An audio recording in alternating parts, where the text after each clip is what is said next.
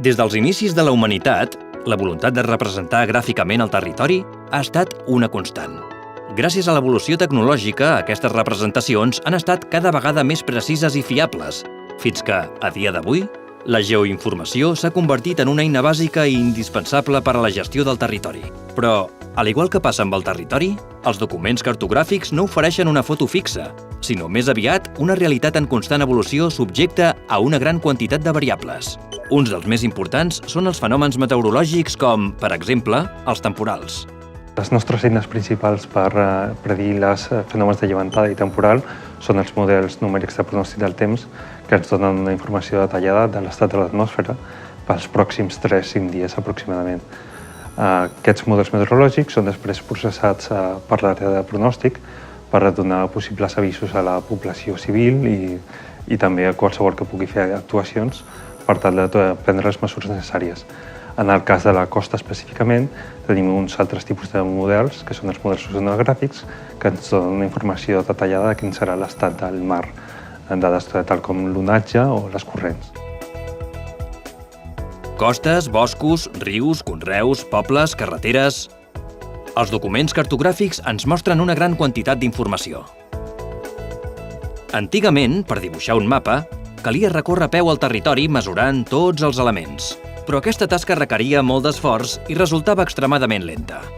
Afortunadament, avui dia, la tecnologia ha avançat molt i ens permet tenir una visió aèria del territori gràcies als avions. Actualment, aquesta captació de dades la fem a través de sensors embarcats en els avions que van capturant la informació. Aquests sensors, per exemple, són càmeres aèries o sensors làsers o radars. L'Institut Cartogràfic i Geològic de Catalunya sobrevola periòdicament tot el territori català, i en especial el litoral. La periodicitat d'actualització de les dades a la costa és anual. Cada any realitzem un vol sobre la costa de Catalunya. Però també, quan hi ha alguna tempesta, el que fem és fer un vol específic per capturar imatges i poder veure què ha passat. Per exemple, en el gener del 2017 va haver un gran temporal a la costa, per tant, posteriorment vam fer uns vols específics sobre aquella àrea que van acabar derivant en un producte que és una ortoimatge sobre aquest fenomen que es pot veure a la web. Així doncs, en el cas concret de les dades de la costa, quina informació se n'extreu? L'Institut Cartogràfic i Geològic de Catalunya el que fa és aportar dades, com per exemple l'evolució de la línia de costa o el volum de sorra desplaçat, que això pot ser important, per exemple, en el cas del volum de la sorra, per poder refer les platges de cara a la temporada d'estiu, som un país turístic, o també poden servir aquestes dades per estudiar la mitigació de tots aquests fenòmens.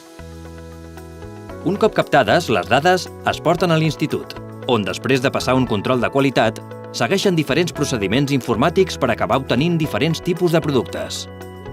Fotografies d'alta resolució, imatges multiespectrals que permeten avaluar aspectes com la qualitat de les aigües, l'estat de les masses forestals o la contaminació lumínica, i models de terreny que permeten, entre d'altres, fer mapes de risc d'inundacions.